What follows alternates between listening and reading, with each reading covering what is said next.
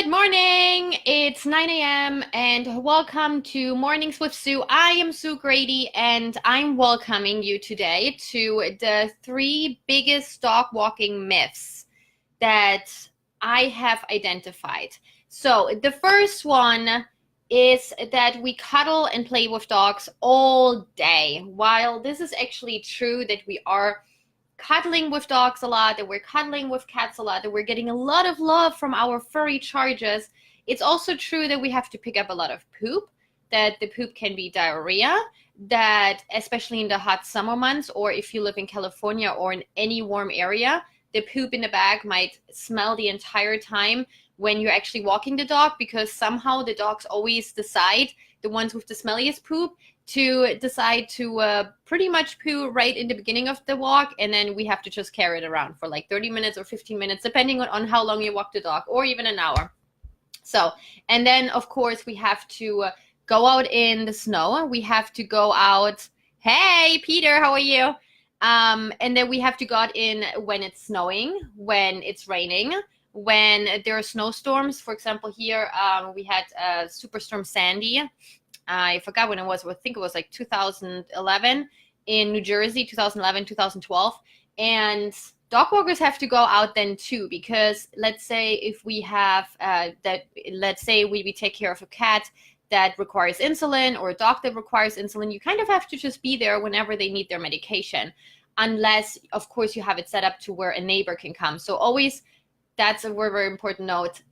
Make sure that in case of any kind of emergency, in case of any kind of crazy weather, that you talk to your client that somebody else might come. Because if there are trees just like blocking the road and you just can't drive anywhere, and you're kind of in the middle of nowhere and you can't just walk, then that's very, very important. But nevertheless, we still have to go out when it's snowing, when it's raining, when it's storming.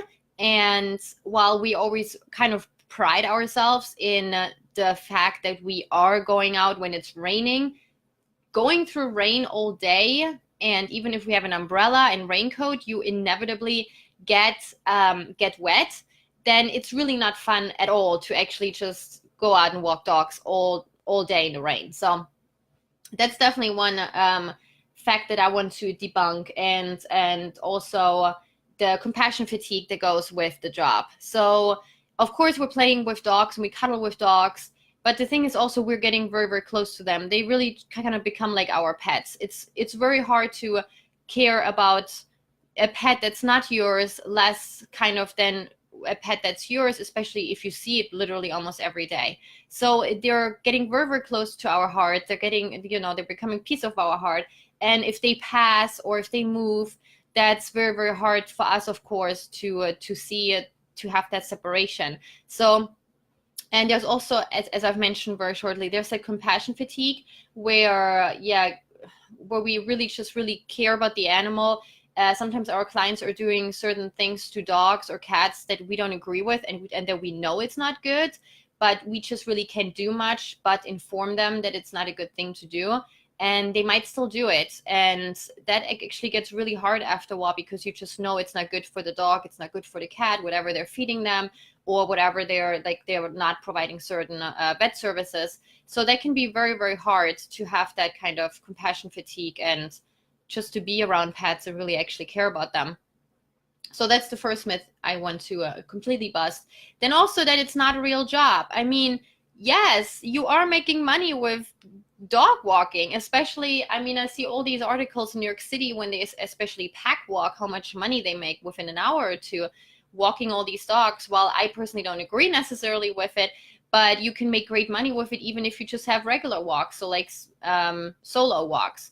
And you can make easily, even as a one person, you can get into the 6-figure kind of salary.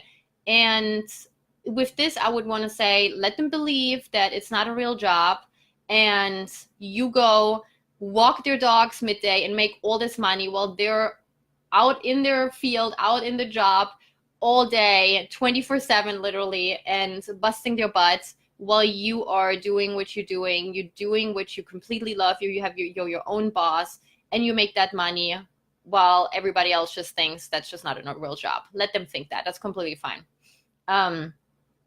Also, that the third myth is that you grow fast by just word of mouth, which is completely baloney. You do grow definitely by word of mouth, but it's very, very slowly. It's definitely good, of course, to have it as part of your marketing strategy to provide great service and to grow through that, because people just love you.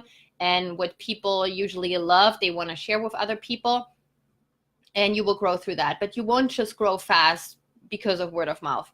It will take a while to actually, if you really just depend on that one. So you got to have a real marketing strategy in place. And that can consist of having a great web presence. So you have a great website that looks professional, that has a lot of call to action buttons, that lets the clients know how your process works. And so they can sign up very, very quickly and get all the information they need within a few seconds. So they don't have to scroll around like crazy. And of course that you have great reviews on Google, on Yelp, on Facebook, on Nextdoor, on Angie's List, wherever you can find reviews, of course. But most important, I would definitely say collect Google reviews. A lot of you dog walkers and pet sitters, when I check your Google reviews, you actually have like 0 to 1 or 2, which is not enough. So make sure you get your Google reviews, because that's very important. Because what is the number one thing usually people are doing whenever they are wondering about a service or wanting a dog walking or cat sitting service? They go on Google usually, most of the time. And also be an expert in your field. So write a blog post, make a video. Nowadays, make a video. Of course, you can write a blog post, make a video, and then attach that video to the blog post, and also put it on YouTube, put it on Facebook, on your local Facebook group, wherever the people that are residing within your area are hanging out, and let them know, hey, this is something I have researched. This is something I really know something about. I'm an expert in this field. You can check this out. And post that video. People would love to just see your face and see how you act, see how you speak, how you are. They get a feel for you. It's very important. And then you can also print monthly newsletters or send monthly emails out. The monthly newsletters I would only print if you give it out to certain apartment buildings, and they can give it to their residents. Print is of course definitely really good in a way still, because if you send emails, you do get kind of lost in the sea of all the other emails. So make sure that you are thinking outside the box a little bit, because how many emails are we getting a day? I think I'm getting like close to 100, and I've already unsubscribed out of a lot of email lists that I don't want to be part of, because I don't even have time to look through it. So be very thoughtful that you don't just do the email. You can also do a little print up, little email newsletter, like, print newsletter.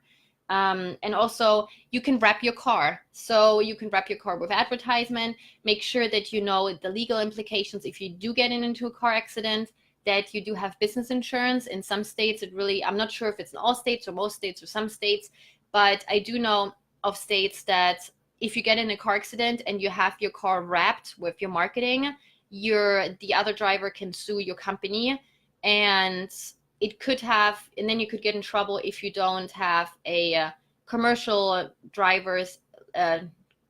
insurance for your car, because then of course your insurance is going to be like, wait, what? You didn't tell us that you drive around that car for your business. So make sure you're clear on that. But nevertheless, I see a lot of people in my area with their dog walking businesses driving around with magnets on their car and wraps, and it is definitely very, very effective. I mean, I'm looking at it and I know now their names, and other people, of course, too, that need dog walks. And I do hear about a lot of people that are seeing, like there's one guy who has his whole car wrapped. And actually there is one where a dog is sitting on a toilet with a newspaper, and he has advertised his business through that. And I know he's getting a lot of business through the wraps of his car. So you can do that as well. Of course, don't do it if you're driving like crazy, like an a-hole or so. You don't want to do that, because then of course people will know who is driving this car, and it will reflect negatively on your business.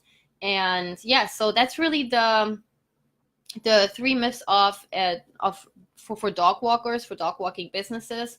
And they're not necessarily bad. It's just that it's good to point out, especially if you want to get into the dog walking business area, if you want to become a dog walker, to be aware of that. But there are always ways to overcome everything. So don't be alarmed. With that, I want to tell you have a wonderful day, and I will see you back tomorrow. Take care. Bye.